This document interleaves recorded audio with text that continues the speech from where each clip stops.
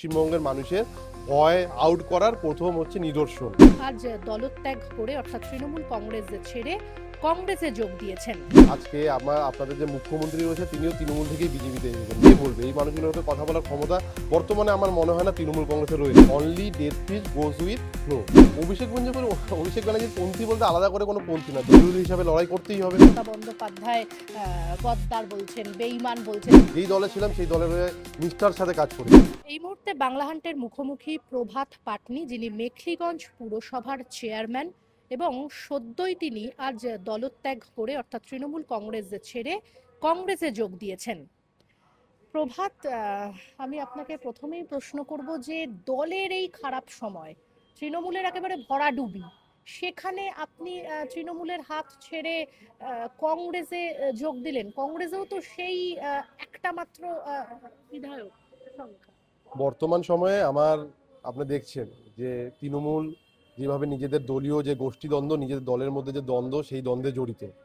এই সময় সাধারণ মানুষের হয়ে কথা কে বলবে? সাধারণ মানুষ আজকে বিজেপি ক্ষমতায় আসার ওই ভয় আউট ভরসা ইনের স্লোগান দিয়ে যে 15 বছরের তৃণমূলকে সরকার থেকে তাড়িয়ে দেওয়ার জন্য যে স্লোগান নিয়ে আসলো, ভয় আউট ভরসা ইন, এই আসার পরে বিগত 1 মাস ধরে কি দেখছেন আপনারা? বিভিন্ন হকার, যারা গরিব মানুষ, মেহনতি মানুষ, একদিন সারাদিন আপনার যে কোনো রেল স্টেশনে হকারি করে, বিভিন্ন রাস্তার ফুটপাতে হকারি করে খাচ্ছে, তাদেরকে আউট করে দিল।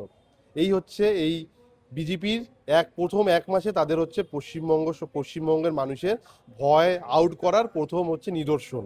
তাহলে এই মানুষগুলোর কথা কে বলবে? এই মানুষগুলোর সাথে কথা বলার ক্ষমতা বর্তমানে আমার মনে হয় না তৃণমূল কংগ্রেসে রয়েছে। কারণ তৃণমূল কংগ্রেসে যে অন্তর্দ্বন্দ্ব বর্তমানে চলছে, সেটা থেকে বের হওয়া একটা দীর্ঘকালীন প্রচেষ্টা আমার মনে হয়। এর জন্য আমার মনে হয় বর্তমান সময়ে সাধারণ মানুষ, গরিব মানুষের, নিট পরীক্ষার্থী যারা রয়েছে তাদের থেকে শুরু করে এই মূল্যবৃদ্ধির দাম, যখন বিজেপি সরকার ক্ষমতায় আসলো তারপর থেকে পেট্রোলের দাম, আপনারা দেখুন পেট্রোলের দাম আজকে 116 থেকে 117 টাকা।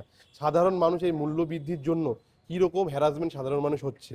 আজকে প্রধানমন্ত্রী সাধারণ মানুষের জন্য কথা বলার জন্যই কংগ্রেসে, বিজেপির হয়ে কথা বলবেন, নাকি বিজেপিতে আপনাকে নিল না তাই জন্য আপনি কংগ্রেসে? কারণ আর তো আপনার কাছে কোনো দল থাকলো না তাহলে যোগ দেখুন, দেওয়ার জন্য। বিজেপিতে না নেওয়া, বিজেপিতে নেওয়া, বিজেপি নেওয়া না নেওয়ার বিষয়ে আজকে আপনাদের যে মুখ্যমন্ত্রী রয়েছে তিনিও তৃণমূল থেকেই বিজেপিতে এসেছেন, বা অন্যান্য যাদের দল দেখছেন, দলে যারা অন্যান্য ভারপ্রাপ্ত মন্ত্রী রয়েছেন, সব তৃণমূল থেকেই বিজেপিতে এসেছেন।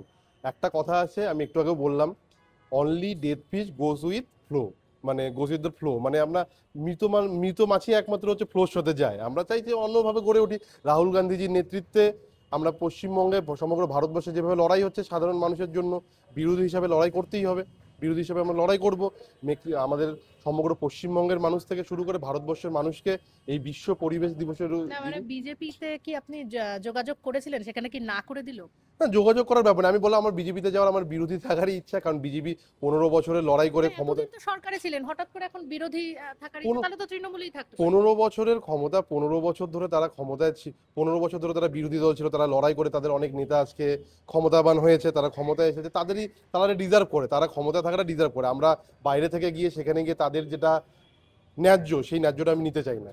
আর যেটা বললাম, আমি বারবার বললাম, তৃণমূল থেকে বর্তমানে প্রাসঙ্গিকভাবে জাতীয় কংগ্রেস অনেকটাই বেশি বিরোধী করতে পারবে বলে আমার মনে হয়। তৃণমূলের একাধিক নেতা দুর্নীতির বিরুদ্ধে কথা বলছেন, সর্বোপরি অভিষেক বন্দ্যোপাধ্যায়ের বিরুদ্ধে কথা বলছেন। অভিষেক বন্দ্যোপাধ্যায়কে কেউ দলে মেনে নিতে পারছে না। আপনি এই বয়সে একদম যুব নেতা, এই বয়সে পুরসভার চেয়ারম্যান হয়ে গেছেন, আপনিও তো অভিষেকপন্থী ছিলেন।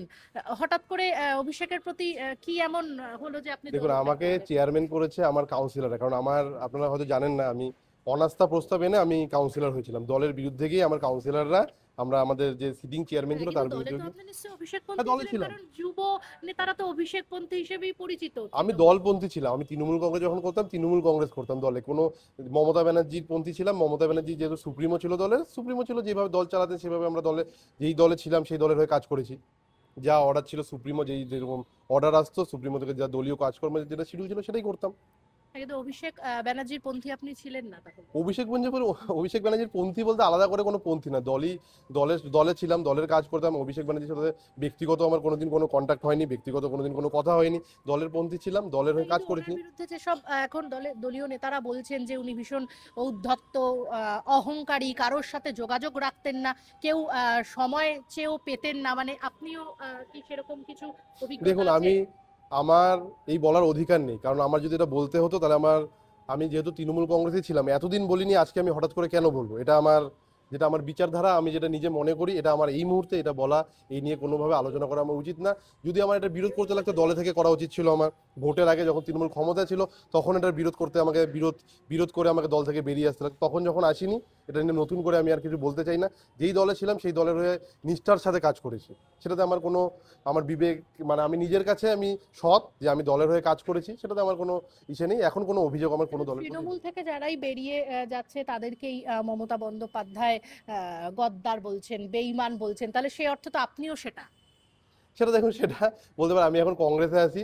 আমাদের প্রাক্তন আমার দল যে তৃণমূল কংগ্রেস, তার নেত্রী মমতা ব্যানার্জি মহাশয়, উনিও লড়াই করছে আস্তে আস্তে। নিজের দলের যা অবস্থা, বর্তমানে দলকে গুছিয়ে ইন্ডিয়া জোটে রাহুল গান্ধীজির সাথে সামিল হওয়া বেশি প্রাসঙ্গিক বলে আমি মনে করবো। তাহলে লড়াইটা আবার পশ্চিমবঙ্গে এই যে নাথুরাম গোডসে RSS এর বিচারধারার সাথে লড়াই, আমাদের গান্ধীজির, BR আম্বেদকরের, নেতাজির যে বিচারধারা, সেই বিচারধারা নিয়ে আমরা তাদের সাথে লড়াই করবো।